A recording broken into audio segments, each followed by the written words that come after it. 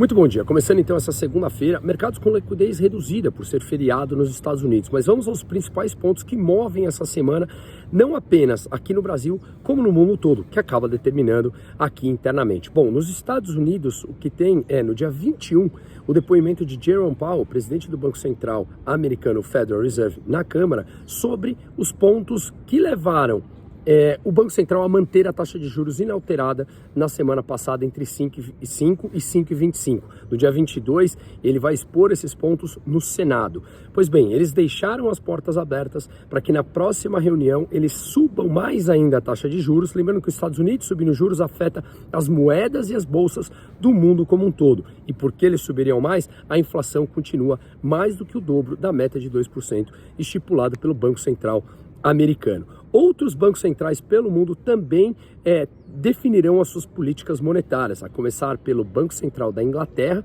que já subiu nas suas últimas 12 reuniões. E a taxa de inflação, continua persistente, muito próximo a 9%, e a taxa de juros em 4,5%. É bem provável que eles subam mais ainda a taxa de juros, porque o processo inflacionário ainda está bastante disseminado na economia inglesa e do Reino Unido no geral, tá? Outro ponto importante é a economia do Banco Central da Turquia. Eu expliquei num vídeo na semana passada que a Bolsa Turca bateu a máxima dos últimos 2 anos. E por que isso aconteceu? Durante a pandemia, basicamente, Erdogan, o autocrata, presidente da Turquia, ele mandou embora 3 presidentes do Banco Central justamente por eles quererem subir a taxa de juros. A inflação atingiu quase 100% na Turquia. E os presidentes, obviamente, dos bancos centrais precisavam subir a taxa de juros para conter esse processo inflacionário.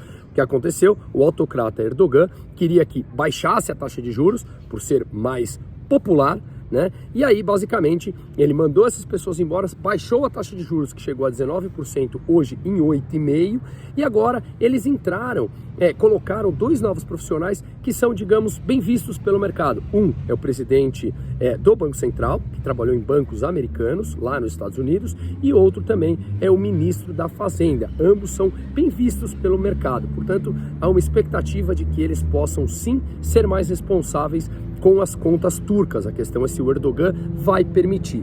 Outro ponto importante é a China, o maior importador de mais de 150 países do mundo, inclusive do Brasil, que sim seguirá, como a gente já vem falando aqui há bastante tempo, com mais intervenções. Pacotes de estímulos na economia que vem apresentando dados fracos nos serviços, na indústria, a exportação da China no geral, que caiu mais de 8% no mês passado, e isso é um complicador. Além disso, dados do setor imobiliário chinês, que representa entre 20% e 25% do PIB, apresentando problemas com muitas empresas dando calote nas dívidas. Portanto, a China já baixou a taxa de juros de 2 anos, baixou a taxa de juros, que é a chamada de médio prazo, baixou a de curto prazo, e essa semana deverá mexer, ou seja, baixar a taxa de juros de 5 anos, que é aquela que determina, faz uma proxy para o setor imobiliário, para financiamento imobiliário, ou seja, eles devem baixar a taxa de juros, injetar mais alguns bilhões de dólares na economia e tentar estimular o consumo, que é o grande problema da China hoje. Aqui no Brasil, a gente tem a definição do arcabouço, suposta votação no Senado.